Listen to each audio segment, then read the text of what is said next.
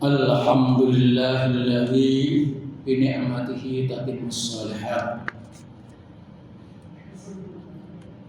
Fa'atainal maktubat wa atainan nafilat wa taraknal munkarat. Asyhadu an la ilaha illallah wahdahu la syarika lah wa asyhadu anna Muhammadan abduhu wa rasuluh. Allahumma shalli ala sayyidina Muhammad wa ala alihi wa sahbihi ajma'in. Amma ba'du fa ya ibadallah, usikum bitaqwallah wa ahutsukum ala ta'atillah. Qala ta'ala, ya ayyuhalladzina amanu taqullaha haqqa tuqatih wa la tamutunna illa wa antum muslimun. Shadaqallahul adzim. Saudara-saudara jamaah salat Jumat Masjid Al-Arif rahimakumullah. Hidup ini penuh dengan masalah. Tetapi kita punya metode, punya cara untuk menghadapi masalah. Ada orang yang menjadikan masalah jadi masalah. Ada yang orang melihat masalah bukan masalah. Jamaah rahmatullah, apa masalah kita? Secara umum kita melihat bahwa bangsa Indonesia, khususnya masyarakat yang ada di akar rumput tingkat bawah saat ini mengalami masalah ekonomi. Bisa saja bapak-bapak juga mengalami masalah seperti itu. Kenapa? Karena pengeluaran banyak dan kadang-kadang kita kasihan sama istri kita yang kita berikan gaji kita, di mana gaji gak nambah, pengeluaran bertambah-tambah. Ini masalah ekonomi. Beruntunglah seperti bapak-bapak dan kita mendapatkan penghasilan secara rutin, utamanya adalah PNS.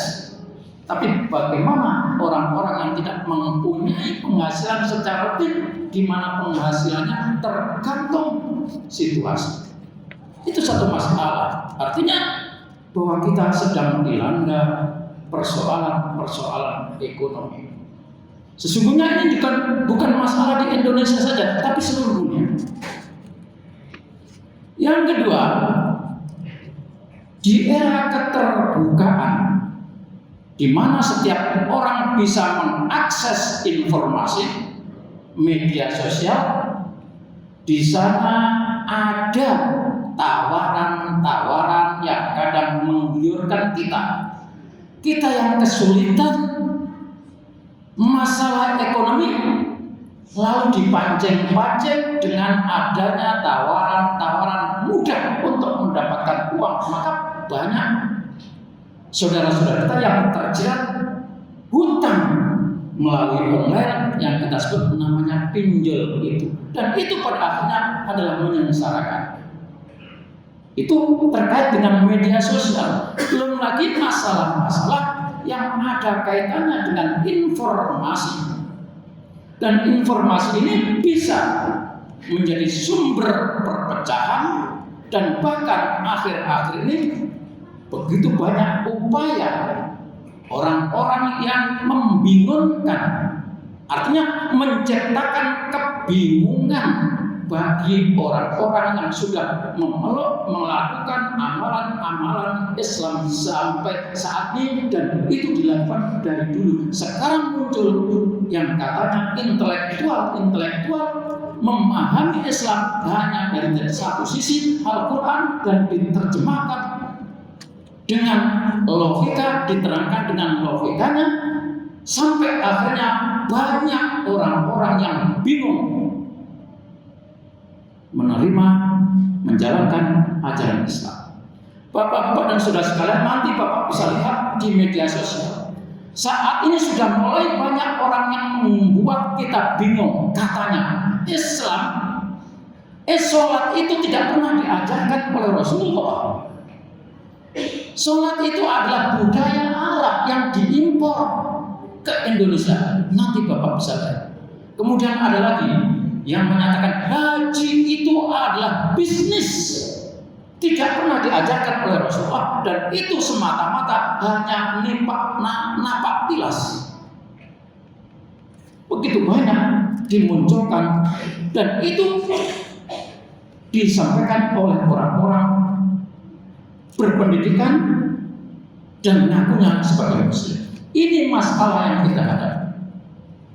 Maka Bapak-bapak dan saudara sekalian, menghadapi masalah-masalah inilah maka khutbah Jumat hari ini kami beri judul menjaga iman dan imun di tengah badai ekonomi dan hoax informasi yang menyesatkan. Lalu apa Ustaz yang harus kita lakukan? Ada 3 pilar yang harus kita bangun. Yang pertama, kita harus bangun dengan kuat pilar spiritual.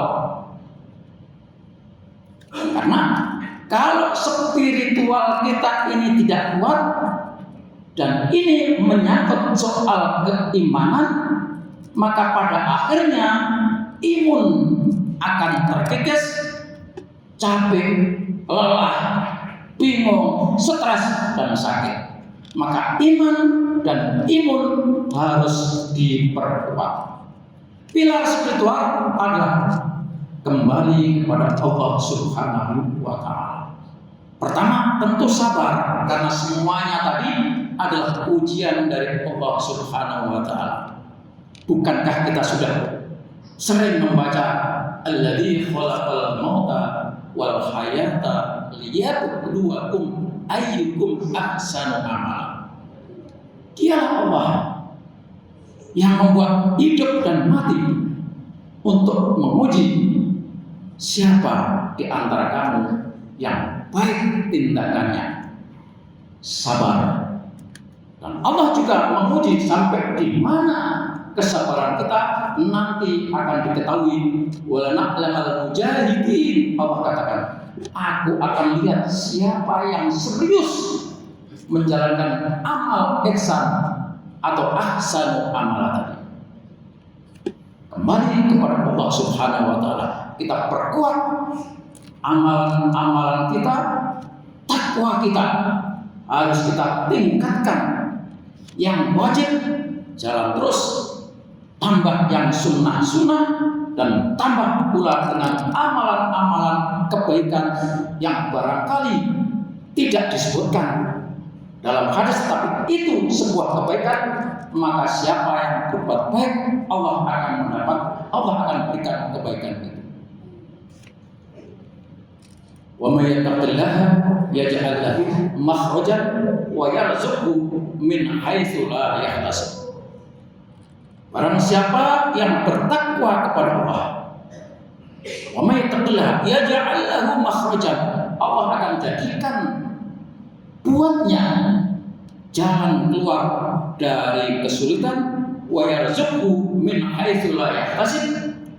Allah akan berikan jalan rezeki yang tidak kita ketahui dari mana datangnya. Itulah pilar ketakwaan. Lebih dari itu, banyaklah beristighfar, mohon ampun kepada Allah Subhanahu wa Ta'ala. Hadis menyatakan, man lazimal istighfar, siapa yang konsisten, kontinu beristighfar, mohon ampun kepada Allah, yaj'al lahu makhrajan, Allah berikan jalan keluar dari berbagai kesulitan, dan Allah akan berikan rezeki dari mana datangnya tidak diduga-duga. Spiritual kita harus kita tingkatkan, kita kembali kepada Allah, iman kita makin mantap, karena itu adalah jalan spiritual untuk menghadapi persoalan-persoalan yang sekilas saya sampaikan tadi. Yang kedua adalah pilar finansial. Kita yang mendapatkan penghasilan, maka belanjakanlah yang sederhana, jangan boros juga jangan pelit. Allah Subhanahu wa taala berfirman, Bismillahirrahmanirrahim, walladzina idza anfaqu lam yusrifu wa lam yaqturu wa kana baina dzalika qawama. Hamba-hamba Allah, hamba-hamba yang dicintai Allah, yang disayang Allah, surat Al-Furqan 60, itu adalah hamba-hamba yang ketika membelanjakan penghasilannya tidak berlebih-lebihan, tidak boros, dan juga tidak pelit. Dia belanjakan itu untuk hal-hal yang penting-penting saja. Maka jamaah sekalian rahmat Allah, dalam penggunaan ekonomi ini, Islam mengajarkan ada yang namanya keperluan daruriyat, ada yang kemudian kepentingan wajibat, dan ada kepentingan ihsaniyat, dan ada kepentingan ibahiyat. Kepentingan darurat adalah kepentingan di mana kalau itu kita tidak beli, tidak belanja, maka kita bisa mati. Apa contohnya? Makan dan minum. Wajib itu darurat, kepentingan darurat. Tetapi ada kepentingan yang wajib, tapi tidak ketika itu ditinggalkan, orang tidak mati, tidak meninggal, tidak mendapatkan bahaya. Itu namanya wajibat. Misal, ketika kita mendapat gaji, sebagian kita ambil untuk biaya transport ke kantor, itu wajib. Tetapi kalau itu tidak ada, kita tidak mati. Karena orang yang dekat dari kantor bisa jalan kaki atau naik sepeda. Itu namanya wajib. Karena kalau itu tidak kita penuhi, kita tidak bisa menjalankan tanggung jawab dan kewajiban. Ada lagi yang namanya ihsaniyat, itu adalah kebutuhan kesenangan untuk keperluan yang baik-baik, aksesoris. Silakan belanjakan. Ada juga kebutuhan ibahiyat yang ubah-ubah saja. Beli boleh, enggak beli juga enggak apa-apa. Itu namanya ibahiyat. Maka jamaah sekalian dirahmati Allah, dalam soal ekonomi ini kita perlu atur sedemikian rupa semuanya agar bisa terpenuhi. Terpenting jaga stok keinginan kita untuk membeli hal-hal yang tidak penting dan tidak ada manfaatnya untuk jangka panjang. Stop. Apalagi kita banding-bandingkan isi dapur kita, dapur istri kita, dibandingkan beranda dapur teman kita yang kadang-kadang diposting melalui grup WA. Ini juga menjadi masalah. Jangan ikut rame-rame padahal kita belum tentu perlu untuk itu dan belum tentu itu penting untuk kita. Maka dalam asas penggunaan keuangan ini penting supaya kita bisa terus menjalani hidup. Apapun yang terjadi, asal kita pandai memanage keuangan finansial, maka insya Allah kita akan tetap bisa eksis menjalani hidup ini dengan sebaik-baiknya. Yang terakhir adalah solusi atau pilar yang namanya pilar intelektual. Pikiran kita harus jalan, harus berpikir mana yang baik dalam media sosial itu, harus kita pikirkan akibatnya. Maka sebelum sharing saring dulu berita-berita yang muncul. Jangan begitu kita senang, oh saya senang ini, padahal itu tidak benar. Jangan buru-buru di-share kepada teman-teman kita. Kita harus cerdas, Bapak dan saudara sekalian, apalagi terkait dengan masalah yang saya sebutkan tadi. Sekarang ini banyak upaya orang-orang yang ingin membuat umat Islam ini bingung terhadap ajaran agama yang selama ini diyakini untuk diamalkan. Sekarang itu banyak bermunculan dan itu akan membahayakan bagi kita. Justru orang-orang yang selalu menggunakan logika ini biasanya yang mudah termakan. Kenapa? Karena mereka betul pandainya menjelaskan dengan logika seakan-akan itu masuk akal. Padahal agama itu, jamaah sekalian, dasarnya adalah wahyu. Dasarnya wahyu. Tapi kalau dalam urusan dunia memang pakai logika. Ketika Al-Quran mengatakan berimanlah, maka imani apapun.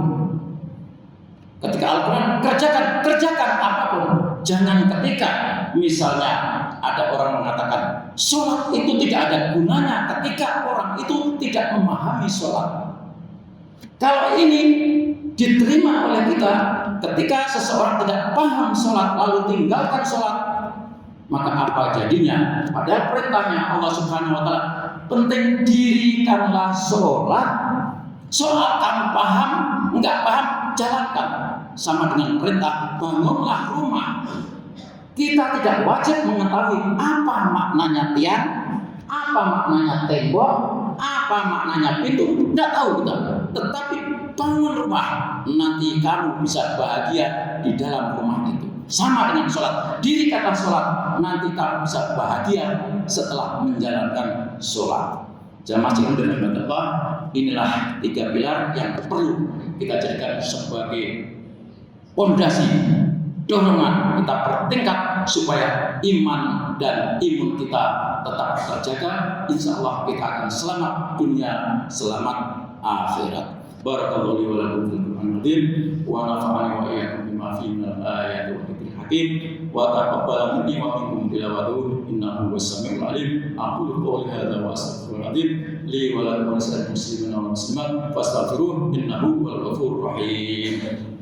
اللهم صل وسلم على سيدنا محمد وعلى آل سيدنا محمد.